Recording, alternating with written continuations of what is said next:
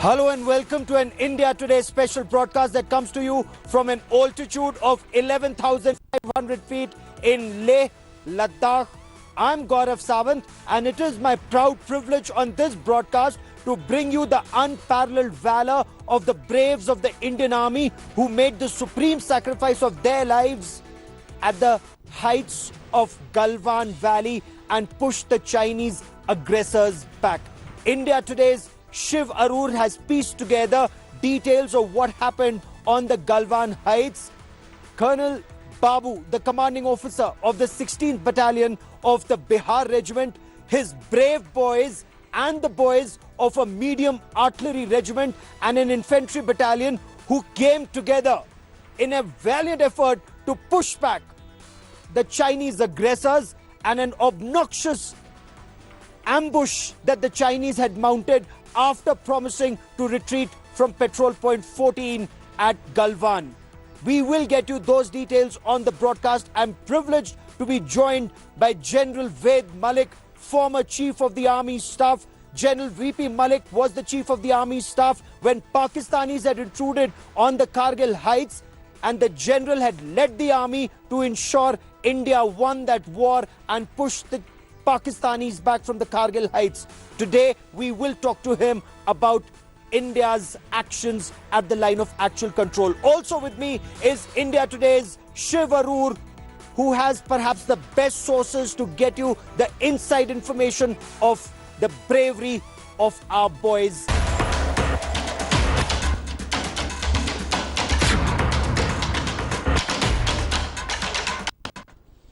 Our top focus story on the broadcast is the unparalleled valor of India's braves at the line of actual control in Galwan. Now, India Today's Shiv Arur has pieced together a sequence of events. Now, what happened in Galwan wasn't just one incident, but a series of incidents, one after the other. We will get you the inside story of how the Chinese troops ambushed Indian soldiers. We went there in good faith. The Chinese ambushed our soldiers, but after that, it was our braves who ensured that the Chinese were pushed back to the other side of the line of actual control. Shiv Arur and I with this report. Amid the tense India-China standoff, on 14th of June, troops of 17th Bihar Regiment witnessed an unusual sight. A Chinese post on the Indian side, which both countries had agreed to remove, had sprang up again. The commanding officer, Colonel Santosh Babu, led a team of around 35 men at 7 p.m. on June 15th to take it up with the Chinese forces, many of whom he knew given the series of recent interactions. But a surprise was waiting for the Indian forces. In place of the familiar Chinese troops, there were new faces, belligerent and aggressive. The troops from a PLA team diverted from Tibet manhandled and abused the Indian colonel. The accompanying Jawans hit back, leading to a fist fight. This was the first brawl. The Chinese were soon overpowered after a 30-minute fight, and the post was burned to ashes. While the apprehended Chinese troops were being brought back to India, a larger contingent of PLA personnel ambushed the Indian team near ridge on the banks of the Galwan River. Large stones began to land on the Indian troops at around 9 p.m. One such stone hit the colonel on his head and he fell into the river. What followed was a 45 minutes of savage face-off. Over 300 men fighting one another. The Chinese used metal spike clubs and barbed wire weapons. Many soldiers from both sides either fell into the river or were seriously hurt. The colonel's body was soon recovered as both sides retrieved the dead and the hurt. The Indian side also heard the hum of a Chinese night vision drone possibly hunting for survivors. As more troops rushed in from both sides, the third brawl started at around 11 p.m. Many soldiers from both sides again fell into the freezing Galwan River amid violent fistfight. Soon both the weary sides fell silent. What followed was an exchange of dead and injured troops, which was not a prisoner swap. The Indian side returned around 16 dead Chinese soldiers, including 5 officers after the third brawl. A day broke the situation was handed over to the major generals of both sides for de-escalation. Colonel Babu led from the front. Despite being grievously injured, he refused to be evacuated and continued to motivate his men to ensure that the Chinese were pushed beyond Patrol Point 14. His selfless valor inspired his soldiers to ensure that the Chinese were evicted from Indian territory. With cameraman Kripal Singh in Ladakh, Gaurav Sawant for India Today. Now, I want to quickly bring in Shiv Arur. I also want to bring in General Ved Malik. General Malik, it's a privilege to have you on the broadcast. I interviewed you during the Kargil war in 1999 when we were covering the Kargil conflict. It's an absolute privilege to talk to you about what's happening at the line of actual control, General Malik. Thank you, Gaurav. Good to be with you for today's interview. And it's also good to see you on Shiv, the spot. Let's get to facts on ground. I said it's always also good to see you being on the spot as you were during Kargil war also. Sorry. General, very kind of you, sir. Thank you very much, sir. Shiv, the unparalleled valor of our braves, our soldiers went there in good faith, not to fight, just to verify that the Chinese had moved back to the agreed point beyond Patrol Point 14. But what lay in store was treachery and deceit, Shiv. Treachery and deceit of an unexpected nature, Gaurav. First of all, the troops, the Chinese troops and officers who were deployed at that observation post on India's side of the line of actual control, about 20 meters inside, were not the regular troops that the Indian side had been interfacing with during talks for the last few weeks.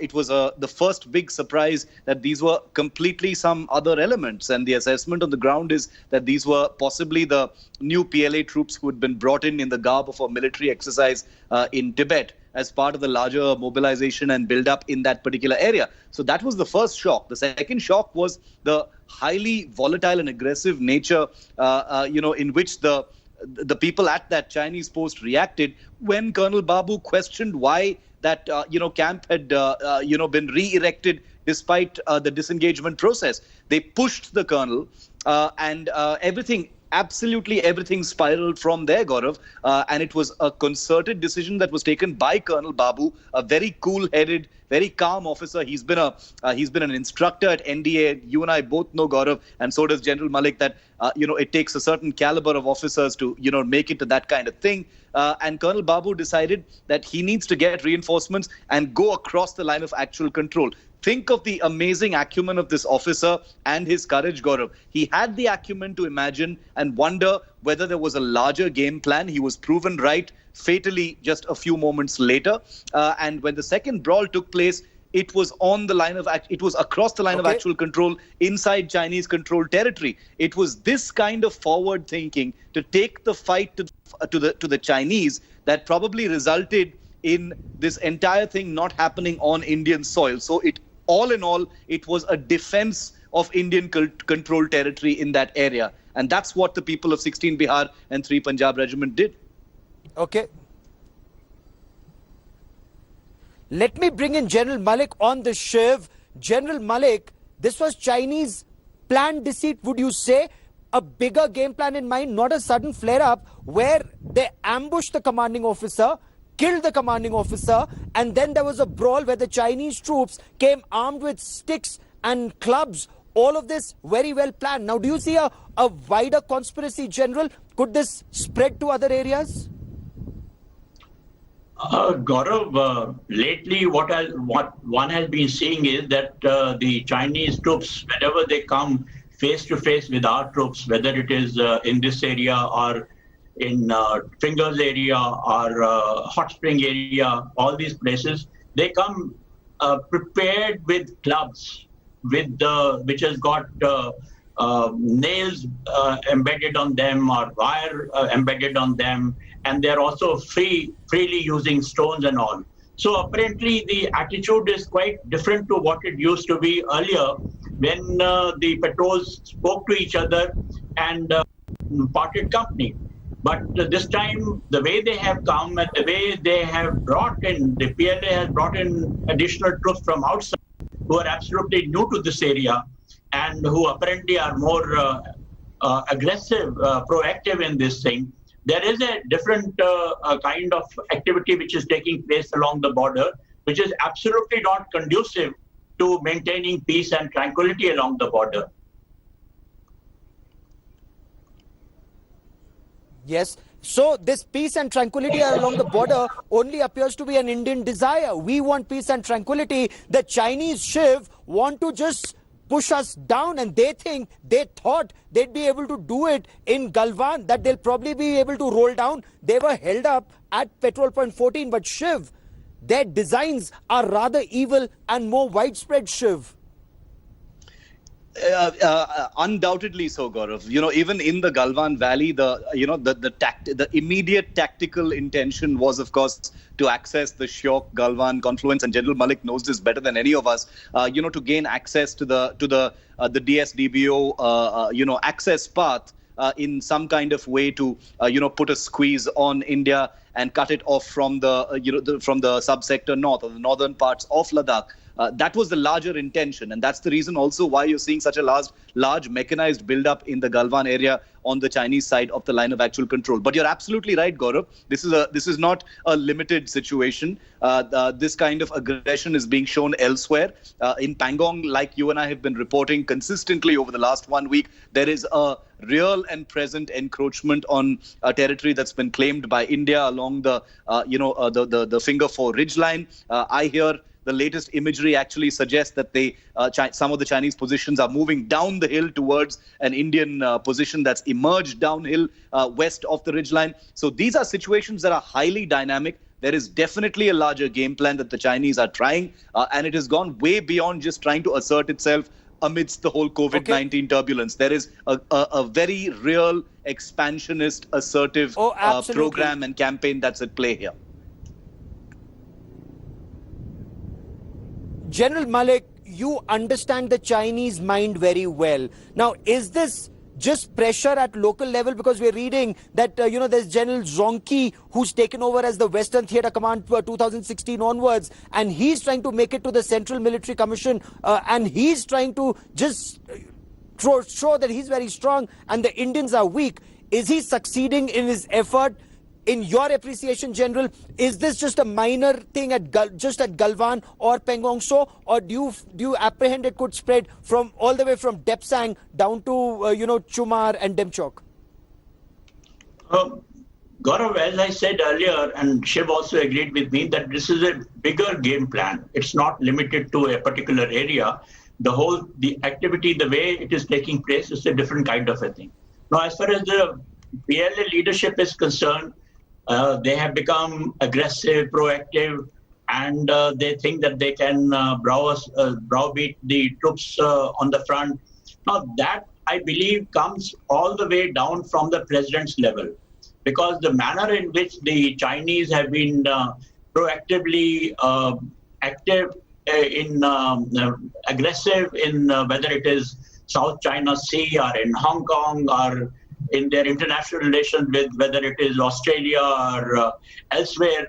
So it is quite apparent that, and incidentally, the president also happens to be the chairman of the Central Military Commission. Yes. So I believe that all these orders, the attitude is coming all the way down to the commanders who are on in the field.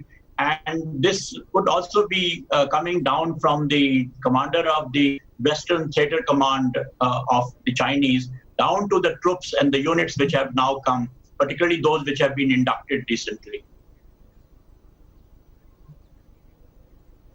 Okay, and when India is able to stall them at Galwan Petrol Point 14, but they've already come and set up bases between Finger 4 and Finger 8. So Finger area remains a cause for grave concern.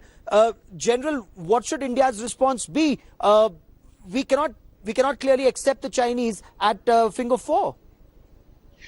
Look, firstly, let me also mention here that I don't think the PLA really has learned any lesson about the way our response is these days, whether it was Kargil war or it has been recently even on the border. So let me be very clear that Indian Army, Indian armed forces are not a kind of a force which we were in 1962. They may be carrying that impression, but I have no doubt absolutely about the valor, the bravery of our soldiers, of our leaders, junior leaders in particular.